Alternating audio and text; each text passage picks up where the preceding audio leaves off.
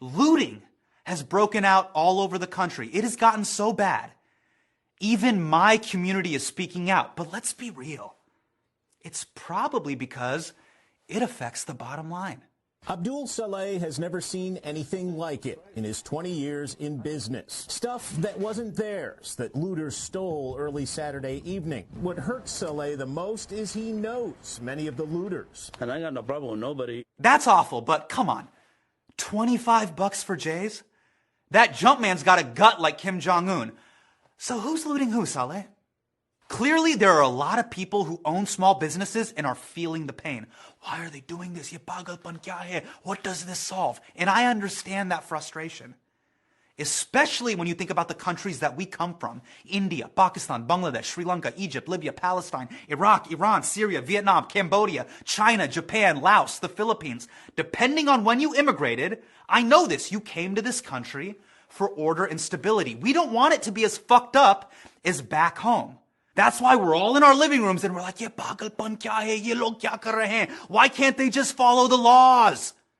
But imagine if you lived in a country where the color of your skin got you killed for driving, jogging, sleeping, yelling, parking, babysitting, sitting in a van, selling CDs, selling cigarettes, opening the door, walking at night, wearing a hoodie at night, holding a toy gun, lying on the ground, being homeless, being in a dark stairwell, holding a cell phone, having a broken taillight, exercising horses, having a bottle of pills, shopping at Walmart, holding a BB gun at Walmart, holding a phone in your own backyard, eating ice cream in your own house, and shopping. You would say that is a lawless country. Who the fuck is running the show? Al-Shabaab? By the way, hands down, funniest sounding terrorist organization. Sounds like you're about to order falafel, not carry AKs in the back of a Toyota. So hold on, why are we shocked that people are asking for revolutionary change? Dude, we support revolutions overseas. The Intifada, Hong Kong, Arab Spring, Myanmar, CAA, NRC protests, Tiananmen Square. Fucking throwing stones at tanks? That is our shit. And we can't empathize with the protesters? We can't seem to fathom the same knee of oppression that kills in Gaza could be the same knee of oppression that killed George Floyd? Look, I can't speak to what it's like to be black, but I know how we talk about black people. And it is fucked up because it is a microcosm of America. Asians, we love seeing black excellence. Barack, Michelle, Jay, Beyonce, give me the Travis Scott 4s. We spent the last 5 weeks praying at the altar of Michael Jordan. How could we be afraid? We love black America. Yeah, on screen in our living rooms. But if a black man walks into your living room or wants to date, God forbid, marry your daughter, you call the cops. Dude, do you know what we call black people? We call them kala. It means black, not in a good way. If someone in your family is dark-skinned, we clown them. We call them kallu. Look at kallu. Our Bollywood stars do skin whitening commercials so we don't look black. Thank you, Britain. It is bad to be black in Desi culture, even though we all wish we were black. You don't think that affects how we view black people? 20% of Muslims in America are black. We don't even like praying at the same mosques. If they show up at the masjid, we're like, yo, is Farrakhan here? That is the great hypocrisy. We love seeing how high a black person can ascend in America, but we have done nothing to raise the floor. That is what these protests are about. And the worst part is, we're in this country because of protest, because of the civil rights movement. The only reason so many of us are here is because of the Immigration Act of 65. That law rode the wave of the Civil Rights Act of 64. Think of the chess moves. Martin gets Lyndon B. Johnson to sign that sheet of paper, and little do we know, MLK CC'd us on that email of progress. Because of that one signature, me and Abu were able to move to Edison, Fremont, Plano, Naperville, Irvine, Marietta, Dearborn, Twin Cities, Schaumburg, Sugarland, Long Beach, Dallas, Sunnyvale, Cupertino. You know, the factories that make us. Also that you could eat fucking Bandu Khan instead of being in Karachi. But hey, it's not our fight, right? This is a black-white issue. America's story didn't start when we got here.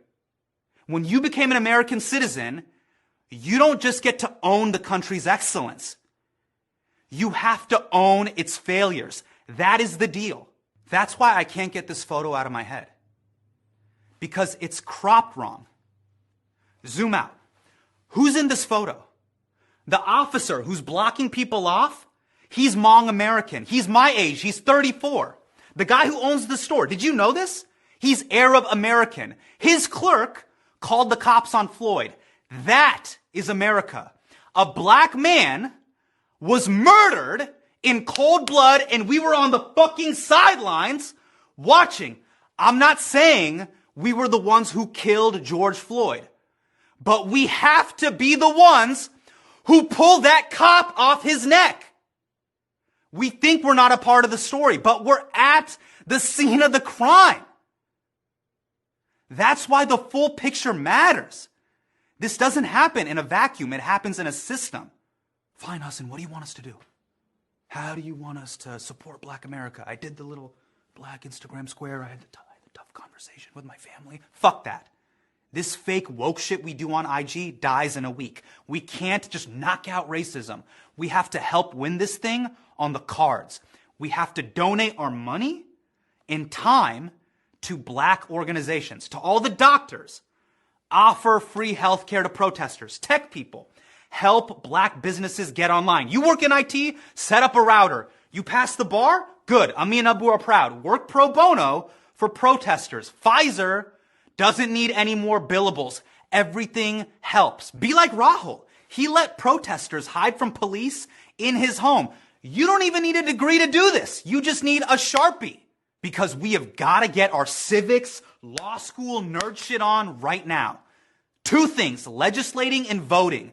That changes history and it scales. These are a few things we all got to get behind. And this applies to everyone. Number one, end qualified immunity. It protects cops from lawsuits and holds them to a different set of standards than the rest of us. There's a bill in Congress right now. Make sure it gets traction. Harass your member of Congress. Call the landline. If you can make bots for a Jordan drop, make bots that will call your member of Congress. Next, demilitarize the police. We saw this 2 months ago. Doctors are waddling around in garbage bags, but now our cops are LARPing like Master Chief in Halo? No. 3, this is very important. Vote out corrupt local officials, because this buddy-buddy bullshit between prosecutors, DAs, and the cops is the reason that police officers never serve time. You have to Google when the election is, vote locally, and get new officials into the system. That's on all of us. Number 4, this isn't for everyone. This is for Keith Ellison. Keith, I know you are watching. You are the Attorney General in Minnesota, and you have this case now. Come on, man. How many Muslim fundraisers have you and I gone to where we pray for the community? We gotta make dua. We cannot just make dua. You need to charge and prosecute all 4 officers as hard as you possibly can. They have got to go to prison. We can't let this moment slip away. Millions of people around the world have taken to the street to afford us this moment. Set the precedent so the next time a cop has his knee on a black man's neck, he will see it for what it is. Murder.